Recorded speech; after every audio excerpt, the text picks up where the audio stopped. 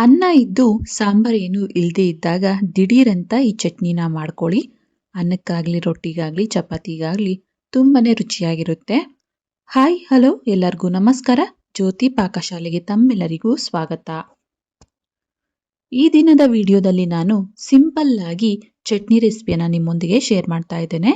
ಅನ್ನ ಇದ್ದು ಸಾಂಬಾರ್ ಇಲ್ಲದೆ ಇದ್ದಾಗ ದಿಢೀರಂತ ಒಂದು 2ರಿಂದ 3 ನಿಮಿಷದಲ್ಲೇ ಈ ಚಟ್ನಿನ ಮಾಡ್ಕೊಳ್ಬೋದು. ಅನ್ನಕ್ಕೆ ಅಂತಲ್ಲ, ಚಪಾತಿ ರೊಟ್ಟಿಗೆಲ್ಲ ತುಂಬಾನೇ ರುಚಿಯಾಗಿರುತ್ತೆ. ಬನ್ನಿ ಈ ಸಿಂಪಲ್ ಆಗಿರುವಂತಹ ರುಚಿಕರವಾಗಿರುವಂತಹ ಚಟ್ನಿ ರೆಸಿಪಿನ ಯಾವ ರೀತಿ ಮಾಡೋದು ಅಂತ ನೋಡೋಣ. ಅದಕ್ಕಿಂತ ಮುಂಚೆ ಹೊಸದಾಗಿ ನಮ್ಮ ಕುಕಿಂಗ್ ವಿಡಿಯೋಸ್ನ ನೋಡ್ತಿದ್ದಲ್ಲಿ ಪ್ಲೀಸ್ ಸಬ್ಸ್ಕ್ರೈಬ್ ಮಾಡ್ಕೊಳ್ಳಿ. ಈ ರೆಸಿಪಿ ಇಷ್ಟ ಆದಲ್ಲಿ ಒಂದು ಲೈಕ್ ಮಾಡಿ. ಈ ದಿಢೀರ್ ಚಟ್ನಿನ ಯಾವ ರೀತಿ ಮಾಡೋದು ಅಂತ ನೋಡೋಣ ಬನ್ನಿ. ಮೊದಲಿಗೆ ನಾನಿಲ್ಲಿ ಮೀಡಿಯಂ ಗಾತ್ರದ 2 ಈರುಳ್ಳಿನ ಈ ರೀತಿ ಸಿಪ್ಪೆನ ತೆಗೆದು ಕಟ್ ಮಾಡಿ ಇಟ್ಕೊಂಡಿದ್ದೇನೆ. ಇದನ್ನ ಒಂದು ಮಿಕ್ಸಿ ಜಾರಿಗೆ ಸೇರಿಸ್ತಾ ಇದ್ದೇನೆ. ಹಾಗೆಯೇ ಖಾರಕ್ಕೆ ಅಂತ ಹಸಿಮೆಣಸಿನಕಾಯಿನ ಸೇರಿಸ್ತಾ ಇದ್ದೇನೆ. ನಾನಿಲ್ಲಿ ಒಂದು 2ರಿಂದ 3 ಹಸಿಮೆಣಸಿನಕಾಯಿನ ಈ ರೀತಿ ಮುರಿದು ಸೇರಿಸ್ತೇನೆ. ನಂತರ ಇದಕ್ಕೆ 10ರಿಂದ 12 ಎಸಲಾಗುವಷ್ಟು ಬೆಳ್ಳುಳ್ಳಿ, ನಂತರ 2 ಕಡ್ಡಿ ಆಗುವಷ್ಟು ಕರಿಬೇವು, ಹಾಗೆಯೇ ಹುಣಸೆ ಹಣ್ಣನ್ನು ಸಹ ಸ್ವಲ್ಪ ಸೇರಿಸ್ತಾ ಇದ್ದೇನೆ. ಹಾಗೆಯೇ ಸ್ವಲ್ಪ ಕೊತ್ತಂಬರಿ ಸೊಪ್ಪನ್ನು ಸಹ ಸೇರಿಸಿ ನಂತರ ಇದಕ್ಕೆ ಅರ್ಧ ಟೀ ಸ್ಪೂನ್ ಆಗುವಷ್ಟು ಜೀರಿಗೆನ ಸೇರಿಸ್ತೇನೆ. ಹಾಗೆಯೇ ರುಚಿಗೆ ತಕ್ಕಷ್ಟು ಉಪ್ಪನ್ನು ಸಹ ಸೇರಿಸ್ತೇನೆ.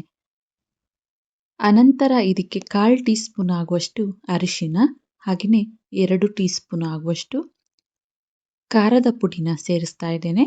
ನಾವಿಲ್ಲಿ ಬಳಸಿರುವಂತಹ ಹಸಿಮೆಣಸಿನಕಾಯಿ ಖಾರ ಕಮ್ಮಿ ಇದೆ, ಹಾಗಾಗಿ ನಾನಿಲ್ಲಿ 2 ಟೀ ಸ್ಪೂನ್ ಆಗುವಷ್ಟು ಅಚ್ಚ ಖಾರದ ಪುಡಿನ ಬಳಸಿದ್ದೇನೆ. ಖಾರದ ಪುಡಿ ಬಳಸಬೇಕಾದ್ರೆ ನೋಡಿಕೊಂಡು ಹಾಕೊಳ್ಬೇಕಾಗುತ್ತೆ.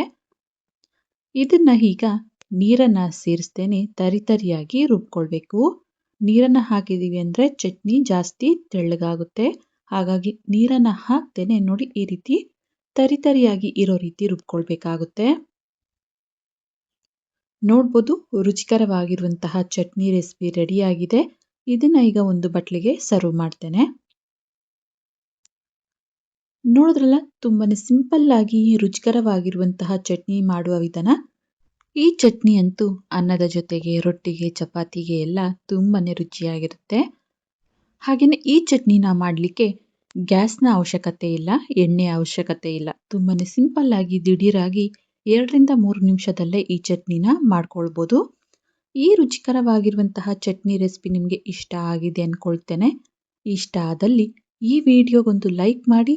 ಇನ್ನು ಯಾರೆಲ್ಲ ಸಬ್ಸ್ಕ್ರೈಬ್ ಮಾಡ್ಕೊಳ್ದೆ ವಿಡಿಯೋನ ನೋಡ್ತಿದ್ದಲ್ಲಿ ಪ್ಲೀಸ್ ಸಬ್ಸ್ಕ್ರೈಬ್ ಮಾಡ್ಕೊಳ್ಳಿ. ಈ ರೆಸಿಪಿ ಹೇಗನ್ನಿಸ್ತು ಅಂತ ಕಮೆಂಟ್ ಮಾಡಿ.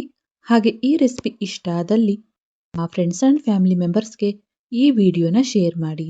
ಧನ್ಯವಾದಗಳು.